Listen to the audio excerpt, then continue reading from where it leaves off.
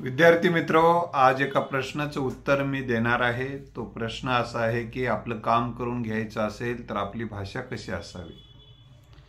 अनेक जणांचा हा प्रश्न होता, मेसेज पाठवून प्रश्न विचारत होते। तर मित्र, प्रत्येक माणसाला दुसऱ्या माणसासोबत बोलायचं असते। बऱ्याचदा आपले इतरांसोबत कामं असतात, कधी कामं नसतात। काम असो अथवा नसो, एक लक्षात ठेवा की भाषा ही चांगलीच असावी। जरी तुम्ही प्रश्न विचारला असेल तर काम करून घेण्यासाठी भाषा कशी असावी। काम म्हणजे कामापुरता मामा असं काही असू नये, तर आपला स्वभाव चांगला असावा। चांगल्या स्वभावाला नेहमी किंमत असते। चांगल्या स्वभावाची माणसं सगळ्यांना आवडतात। अपवाद एक दोन असू शकतात, परंतु सर्वसाधारणपणे आपला स्वभाव आपल्या भाषेतून ओळखू येतो। म्हणून आपली भाषा ही अतिशय नम्र, अतिशय प्रामाणिक असली पाहिजे। केवळ काम पडलं तेव्हाच तुम्ही जर गोड बोलत असाल आणि एरवी जर तुमचं बोलणं विचित्र असेल तर लोक म्हणतात की हे सगळा व्यक्ती कामापुरतं गोड बोलते, कामापुरता मामा, ताकापुरती आजी, अशा प्रवृत्तीचा माणूस आहे। तो अतिशय गोडबोले आहे आणि काम पडलं तेव्हा अतिशय नम्र होते। काम सवरो वैद्य मरो, अशा तो प्रवृत्तीचा माणूस आहे आणि त्याच्यापासून सावध राहा, अशा पद्धतीचे लोक तुमच्याविषयीची मतं व्यक्त करतात आणि तुम्हाला अनेक लोकांना तुमच्यापासून सावध करतात। बऱ्याच जणांची सवय असते, आदरणीय साहेब, आदरणीय सोर, असं तसं अतिशय काम पडलं की कौतुक करणारे। आदरणीय 4 वाक्य बोलताना 10 वेळेस आदरणीय शब्द वापरतात काही जण काम पडलं तेव्हा। अशा आदरणीय करणाऱ्यांपासून सावध राहण्याची गरज असते, असं लोक म्हणतात मग तुम्हाला। त्यामुळे तुमच्या बोलण्याचाच तो भाग असला किंवा तो सगळ्यांसोबत प्रेमानच बोलतो, आदरानच बोलतो, त्याच्यामध्ये नम्रताच असते, लहान असो मोठा असो, तो माणूस अतिशय चांगलं बोलणारा माणूस आहे, अशी एखाद्याची जर ओळख असेल, काम पडलं तेव्हा मात्र ही आपली पद्धतच चुकीची आहे। काम पडलं तेव्हा किंवा काम करून घेण्यासाठी कसं बोलावं, ही मुळात लक्षात ठेवा। काम असो अथवा नसो, आपलं भाषा चांगली असावी। नम्रता अतिशय अलंकार आहे, आपल्या व्यक्तिमत्वाला अतिशय शोभून दिसणारा, आपलं व्यक्तिमत्व समृद्ध करणारा, आपल्या व्यक्तिमत्वाविषयी इतरांच्या मनात आदर निर्माण करणारा गुण म्हणजे नम्रता आहे। आपण जी भाषा वापरणार आहोत ती अतिशय नम्रतेनं आपण वापरली पाहिजे, नम्र होऊन वापरली पाहिजे। तर आपण इतरांशी बोलताना सुरुवात करताना नमस्कार, गुड मॉर्निंग, अशा पद्धतीची जी सुरुवात, सकाळी असेल तर गुड मॉर्निंग, दुपारी असेल तर गुड आफ्टरनून, इंग्रजी बोलू शकता, किंवा नमस्कार, सर्वसाधारणपणे नमस्कार केला तरी चालेल। लक्षात आलं? तर हे नमस्कार स्वतःहून करा आणि नमस्कार करताना नमस्कार अशा पद्धतीने नको, तर नमस्कार करताना दोन्ही हात जोडून त्या व्यक्तीला नमस्कार करा। एखाद्या वेळेचे काम असेल तरी त्यालाही जरी नमस्कार तुम्ही जरी केला नम्रतेनं, तर त्याच्या मनात एक तुमच्याविषयीचे आदरभाव निर्माण होतो। तुम्ही एक त्याच्या मनामध्ये जागा करता, त्याच्या हृदयात तुम्ही जागा करता आणि ज्यांची जागा आपल्या हृदयात असते, कोणत्याही माणसाच्या हृदयात ज्या व्यक्तीची जागा असते त्या व्यक्तीसाठी माणूस तळमळीनं काम करून देत असतो।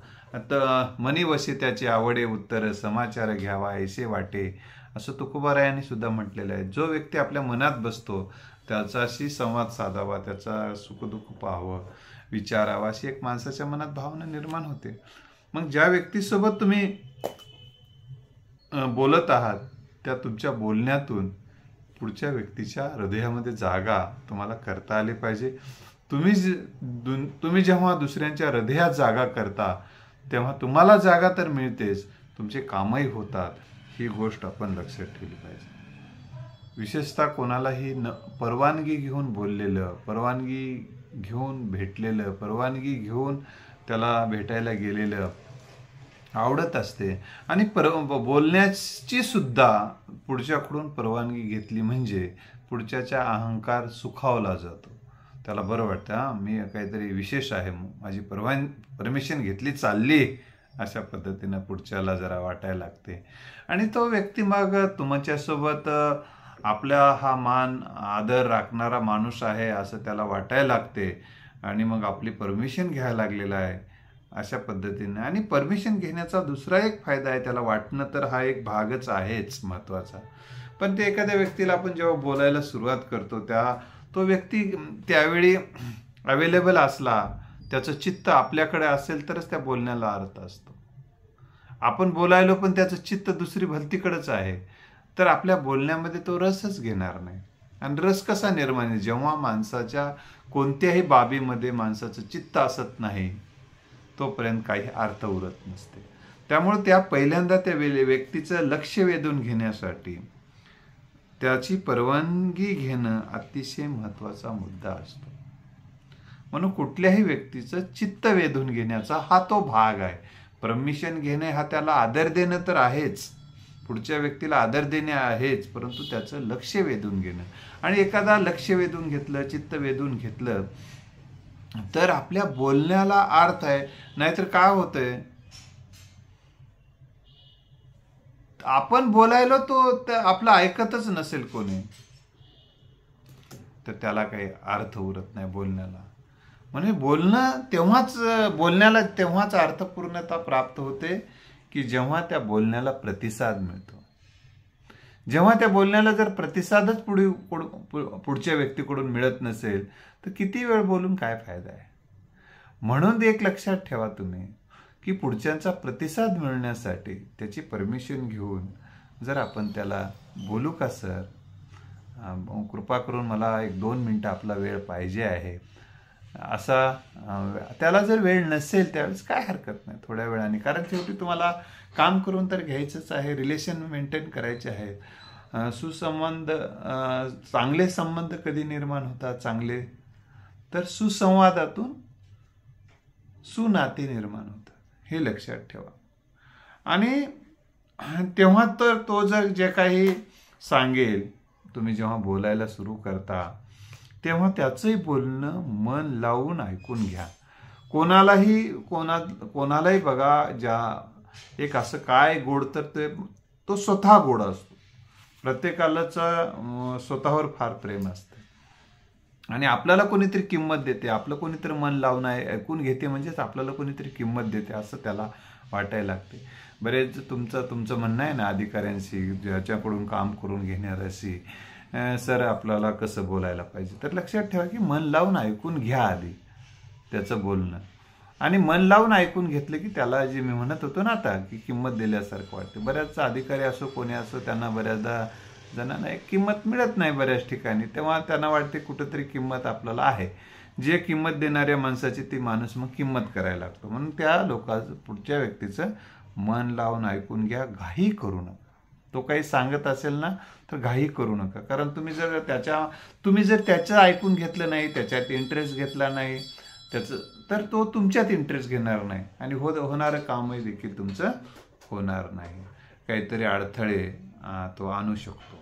म्हणून त्याच्यासोबत तुम्ही त्याचं मन दुखवेल असं काही करू नका, घाई करू नका. आणि त्याचं एखाद्या वेळेस कधी कधी काय होतं की त्या व्यक्तीचं बोलणं आपल्याला आवडत नाही, तुम्ही थोडं संयम पाळा, ऐकून घ्या थोडं. कधी कधी ते अधिकारी असेल, कोणी असेल, कर्मचारी असेल, बऱ्याचदा काही जण तंबाखू गुटखा खाऊन असं बोलण्याची सवय असते. ठीक आहे, आता सहन करा. दुभत्या गाईच्या लाथा गोड असं म्हटलं जातं, त्याप्रमाणे काय करा. त्याला जर तुम्ही सांगला हे बरं दिसते का, असं तोंडात ठेवता का, हे तुम्हाला अक्कल आहे का, असं काही बोलू नका तुम्ही. तर वाटल्यास तुम्हाला जर तुमचं काम झाल्यानंतर एखाद्या वेळेस तुम्ही सूचना करू शकाल, हे लक्षात ठेवा तुम्ही. किंवा वरिष्ठांच्या कानी घालू शकाल त्या. तर एक शक्यतो तुम्ही त्याच्यासोबत वाद घालू नका. वादानं काम बाद होत असते, ही गोष्ट लक्षात ठेवा बरेचदा. तर शक्यतो वाद घालू नका आणि जे काही असेल ते नम्रतेनं सांगा. त्याचं बोलणं आवडो न आवडो त्याला ऐकून घ्या आणि त्याचं मध्येच बोलणं तोडू नका. त्यानं जर सांगायला काहीतरी ते नाही हे मी तुम्हाला सांगतो असं काही म्हणू नका. त्याचं म्हणणं होऊ द्या. मग पुन्हा साहेब मी बोलू का थोडं, परत एकदा त्याची परमिशन घ्या. मला त्याचं म्हणणं काय तुमचं चूक आहे म्हणून, साहेब मला असं वाटते, काय कसं राहील, तुमचं काय मत आहे, परत त्याचं काय मत आहे विचारा. आणि तुम्हाला जर असं पटलं तर बघा, असं पटलं तर तुम्ही बघा म्हणून सांगा. मी म्हणालो असं करा असं म्हणू नका. म्हणजे त्याचा इगो दुखावला जातो, अहंकार दुखावला जातो. म्हणतो तूच कोण सांगणार मला. त्यानं आता तुम्ही मग त्यानं दीड दमडीच्याला काय तेवढी किंमत द्यायची असं तुम्ही म्हणाल. तसं नसते, दीड दमडी वगैरे काही नसते, तसं काही म्हणू नका. कारण पुढचा माणूस लहान असो मोठा असो त्याला किंमत द्या, काम करून घ्या तुमचं. तर त्याचं मध्येच तोडू नका, त्याला अपमानित होईल असं काही बोलू नका. मित्रांनो, काय करतात, एखादा तुमचा कागद आहे हरवून टाकला, काही करून टाकला, नव्हताच त्याला म्हणला त्याला. त्यामुळे कधी कोणता अर्ज देत असताना एकूण अर्जाच्या सोबत जे जोडलेलं आहे ना, अर्जावरच लिहित जा. जेव्हा तुम्ही अर्ज देता ना त्यावेळेस एकूण कागद किती जोडलेले आहेत त्याला, आणि कोणकोणते कागद जोडलेले आहेत, कोणते प्रमाणपत्र जोडलेले आहे, या अर्जाच्या मुख्य पानावरच त्याच्यासोबत जोडलेल्या कागदपत्राची यादी असं द्या. आणि त्या पहिल्या रिसिव्ड घ्या, रिसिव्ड घ्या, आणि तरच तुमच्याकडे त्याचा काही पुरावा राहतो. हा एक वेगळा भाग आहे. तर मी नाराजी दाखवू नका त्याच्यासोबत. तुम्ही जेव्हा बोलत आहात, त्यानं बोलत आहेत, तेव्हा तो मग त्याला जरी पटलं नाही, काही झालं नाही, पालाळ लावलाय असं जरी वाटलं तुम्हाला, तरी तुम्ही त्याचं बोलणं तुम्हाला ऐकून घ्या. त्याला नाराजी दाखवू नका. पटत असल्याचाच भास त्याला झाला पाहिजे. तर त्याच्याशी जेव्हा संवाद साधता, जेव्हा नमस्कार करता, जेव्हा तेव्हा परमिशन घेता, तेव्हा तुमच्या चेहऱ्यावर एक नाराजी, दुःख, चिंता, भीती, काळजी असे भाव ठेवून त्या व्यक्तीला भेटायला जाऊ नका. थोडंसं स्मित, फ्रेश जा, प्रसन्न मनानं त्याच्याकडे जा. त्यालाही जरा तुमचं काम करण्यामध्ये आनंद वाटेल, आणि तुमच्या वागण्या बोलण्यामध्ये एक आत्मविश्वास दिसू द्या. त्यालाही एक सूचित झालं पाहिजे की हा व्यक्ती प्रभावी दिसतोय. आपण जर याचं काम केलं नाही तर यानं काहीतरी पुढे जाऊन काही करू शकतो असं वाटू द्या तुम्ही त्याला. पण तुमच्या बोलण्यामध्ये आत्मविश्वास असू द्या. आणि तुम्ही जे काही काम घेऊन जाणार आहात त्या कामाचा अभ्यास तुमच्याकडे असला पाहिजे. त्या कामाविषयी तो जो काही प्रश्न विचारेल त्या प्रश्नांची उत्तरं पाहिजे, तुम्हाला माहीत पाहिजे. आणि त्यामुळं कामाचा अभ्यास असला पाहिजे. आणि कामाचे कोणत्या नियमात हे काम होते याचा नियम सुद्धा तुम्हाला माहीत असला पाहिजे. हे काम नियमात बसत नाही तर साहेब मला जे काही माहिती मिळाली, कदाचित बघा तुम्हाला पण माहिती असेल की या नियमात बसते का ते बघा बरं. मला जरा मिळालेली माहिती आहे या नियमात ते बसते असं म्हणतात. मला जे सांगितल्या गेलेली माहिती आहे कदाचित माझी चुकीची असू शकते, तरी पण बघा तुम्ही या नियमानुसार ते बसत असेल तर. अशा पद्धतीनं तुम्ही त्यांना नम्रतेनं जाणीवा. आणि तुम्ही जर बघलात आणि ते नियम जर तुम्हाला सापडला तर तुम्ही तुमच्या नियमात बसून करा साहेब म्हणायचं त्याला काम. तर थोडंसं भाषेत गोडवा, नम्रता, मृदूपणा, अर्थपूर्णता, आणि जे काही सांगायचं आहे त्यानं कसंही बोलला तरी तुम्ही अतिशय जे काही म्हणायचं आहे ना ते तर तुम्ही अर्ज सोबत ठेवत चला. ठीक आहे, तुमचं काय म्हणणं आहे ते लेखी द्या म्हणल्याबरोबर आधीच लेखी देऊ नका. आणि तुमचे जे काही मुद्दे बोलायचे आहेत ना अशा पानावर तुम्ही कागदावर लिहून ठेवा. असे कागद हातात ठेवायचं. त्यानंतर कधी कधी काय होतं की आपल्याला एक म्हणायचं असते, काही विसरून जात असतो. परत येऊ का साहेब आताच, मग तो दुसऱ्या कामाला किंवा दुसऱ्याला वेळ दिलेला असतो. त्यावेळेस काय करायचं, आपल्या हातामध्ये असा कागद ठेवायचा आणि त्या कागदावर असे मुद्दे काढून ठेवायचे, 1 2 3 4 हे आपल्याला विचारायचे आहेत, याविषयी बोलायचे आहे. तर एक झालं की एक असं सहजतेनं कागद हातातच असेल आणि असं सहजतेनं बोलत बोलत त्यांच्याशी खाली मुद्दे बघून हे जर बोललात तर तुम्हाला तुमचं जे काही म्हणणं आहे ते संपूर्णपणे त्याला सांगता येते. आणि त्याचबरोबर तुमच्या विनंतीचा जर अर्ज असेल तर सोबतच ठेवा. साहेब आपली परवानगी आहेच, किंवा त्यानं जर लेखी द्याच म्हटलं तर हो साहेब आपण म्हणत असेल तर देतो म्हणून तुम्ही ते कागद तिथं नेऊन द्या. किंवा त्यानं जरी म्हटलं नाही तर साहेब मग एक आपली परवानगी असेल तर मी हे कागद आपल्या सगळ्याकडे अर्ज देतो. आवक जावकचा विभाग जो असतो त्या आवक जावक विभागामध्ये जाऊन तुम्ही तो कागद त्यांना द्या. त्याची एक रिसिव्ड तुमच्याकडे ठेवा त्या अर्जाची सुद्धा. तर ते हे सुद्धा एक काम करून घेण्याची पद्धत आहे. आणि त्या व्यक्तीला तुम्हाला जो वेळ दिलेला आहे तर ते काही फुकट दिलाय, काही शासनाचे पैसे घ्यायला आहे असं काही म्हणू नका तुम्ही, तसा भावही ठेवू नका म्हणा. तर त्याने साहेब आपण मला जो वेळ दिला, माझे प्रश्न, माझ्या समस्या, माझ्या अडचणी ऐकून घेतलात आणि ते सोडवण्यासाठी तुम्ही सकारात्मक आहात याचा मला मनापासून आनंद झाला साहेब. नक्की मी आपल्या हातून काम होईल असं मला नक्की वाटते.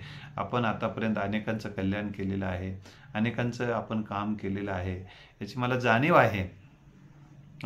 माझंही आपल्या हातून काम होईल असं माझं मन म्हणायला लागलेलं आहे आणि मला खात्री आहे की आपल्या हातून माझं काम होईल. आणि आपला आभारी आहे साहेब, आपल्याविषयी माझ्या मनामध्ये आदर आहे आणि आभारी आहे साहेब. म्हणून जर तुम्ही तिथून निघालात आणि निघताना सुद्धा त्याला हात जोडून जर ते निघालात त्या अधिकाऱ्यांना, त्या व्यक्तींना, तर एखादी काम होण्याची खूप दाट शक्यता असते मित्र. आणि ते काम तुमचं मात्र कायदेशीर असलं पाहिजे, नियमात बसणारं असलं पाहिजे आणि योग्य असलं पाहिजे. ही गोष्ट मात्र लक्षात ठेवा. ते गुणवत्तेमध्ये बसलं पाहिजे, मेरिटमध्ये ते काम बसलं पाहिजे. सगळ्या नियमाच्या अटी आणि शर्तीमध्ये ते काम बसणं अतिशय गरजेचं असते. कारण तुमचं कोणतंही काम कोणीही आपली नोकरी धोक्यात घालून करणार नाही. ही गोष्ट मात्र लक्षात ठेवा. तुम्हाला समजा तिथं तुमचं वयाची अट दिलेली आहे, समजा 18 ते 35, तर तुम्ही 40चं वय असताना तुमचं काम कोणी करणार नाही. ही गोष्ट मात्र लक्षात ठेवा. कारण कितीही गोड बोललात तरी नियमबाह्य कामं कोणी फारसं करू शकणार नाही. कारण उद्या जे नियमबाह्य झालं तरी त्याची चौकशी झाली तरी ते काम वाया पण जाणार असते. त्यामुळे तसे नियमबाह्य कामाच्या विनंत्या कोणाला करू बी नका आणि त्याचा काही उपयोग होत नाही. तर ते शक्यतो नियमात बसणारी सुद्धा कामं करून घेण्यासाठी तुम्हाला अतिशय प्रेमानं बोलावं लागते आणि तुमचा स्वभाव देखील चांगला सगळ्याशीच ठेवा. ज्याच्याकडे काम आहे त्याच्यासाठी नाही तर दुसऱ्यासोबतही असला पाहिजे. याचं कारण सांगतो. तुम्ही तिथे गेलात आणि तो दुसराच माणूस आला तर तुम्ही त्या माणसाला दुखवलेला असता, तो काहीतरी काड्या करतो तिथं, लक्षात ठेवा. त्यामुळे शक्यतो सगळ्यांसोबतच चांगले संबंध ठेवले तर अधिक चांगलं राहील. या गोष्टीकडे थोडं आपण लक्ष देऊन संवाद हा आपलं नातेसंबंध निर्माण करणारा असतो आणि संवादातून प्रेमाचे नाते तयार होतात, चांगले नाते तयार होतात, चांगले संबंध तयार होतात आणि चांगल्या नात्यातून, चांगल्या संबंधातून आपली चांगली कामं होतात. ही गोष्ट लक्षात ठेवून अर्थपूर्ण संवाद, उपकारक संवाद, अतिशय मृदू संवाद, प्रेमळ संवाद आणि मुद्देसूद संवाद असा संवाद तुम्ही साधा आणि नक्की घाई करू नका. कधी कधी थोडासा वेळ लागतो. एखादं फाईल त्याला जरी इच्छा असो नसो, एक काहीतरी दिवसानंतर त्याला ती फाईल पुढे ढकलावीच लागते, न्यावीच लागते, याची जाणीव ठेवा. आणि तुम्ही अजून एक महत्त्वाचा मुद्दा सांगून थांबतो की तुम्ही जे काही संवाद साधाल गोड वगैरे सगळं, परंतु एखाद्या वेळेस काय होतं, एखादे कागद वगैरे त्याच्याकडे हरवले, मग तुम्ही चिडता, खूप संतापता, आता माझं काही कसं होईल, गोंधळून जातो माणूस. त्यावेळेस तुमच्याकडे त्या कागदाचा दुसरा एक बंच त्याच्याकडे असायला हवा तुमच्याकडे. मग त्यानं म्हटलं तर देऊन टाका, काही फरक पडत नाही. तर हा एक भाग असतोच. तर मी कामं करून घेण्यासाठी संवाद हा महत्त्वाचा घटक आहे. तरी अजून कामं करून घेण्यासाठी संवादाबरोबर इतर कोणते घटक महत्त्वाचे असतात त्याच्या पुढच्या भागामध्ये आपण बघणार आहोत. तोपर्यंत थांबूया. आणि हा व्हिडिओ आपले नातेवाईक, मित्र, परिवार आणि आपल्या ओळखीचे आणि जवळचे, मनातले आणि जनातले माणसाकडे पाठवून सहकार्य करावं. आणि हे प्रबोधनाचं काम आपल्याला जनमानसापर्यंत पोहोचायचं आहे. यासाठी आपले हातभार आवश्यक आहेत. आपण हा व्हिडिओ इतरांना पाठवून सहकार्य करावं अशी विनंती करून थांबतो. जय हिंद.